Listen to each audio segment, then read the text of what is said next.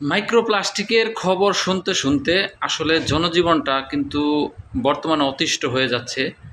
যে পণ্যের ভিতরে আসলে যে কোনো পণ্যের একটা করে নিউজ আসছে আর মাইক্রোপ্লাস্টিকের খবর আসছে। প্রথমে আসলো টুথপেস্ট, এরপর আসলো সয়াবিন তেল, এরপর চিনি, এখন আবার শোনা যাচ্ছে দুধের মধ্যেও নাকি ক্ষতিকর মাইক্রোপ্লাস্টিক আছে।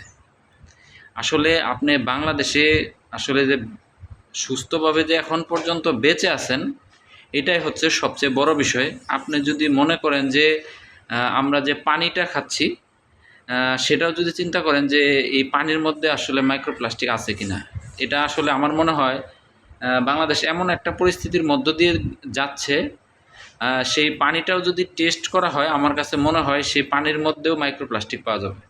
আসলে এই দায় কিন্তু এড়ানোর কোনো সুযোগ নেই।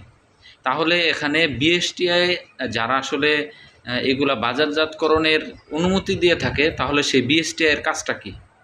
তারা এই ধরনের ক্ষতিকর প্লাস্টিক থাকা সত্ত্বেও কেন তারা তাদের লাইসেন্স বাতিল করলো না, বা কোনো একটা কোম্পানির বিরুদ্ধে তাদের কিন্তু এখন পর্যন্ত কিন্তু কোনো নোটিশ আসে নাই যে অমুক একটা কোম্পানি তারা এই জিনিসটা তৈরি করেছে, এটার ভিতরে মাইক্রোপ্লাস্টিক আছে, আমাদের লাইসেন্স দেওয়ার সত্ত্বেও তারা এই জিনিসটা তৈরি করছে। এখন পর্যন্ত কিন্তু বিএসটিআই এই ধরনের কোনো নিউজ করে নাই। তাহলে বিএসটিআইয়ের কাজটা কী?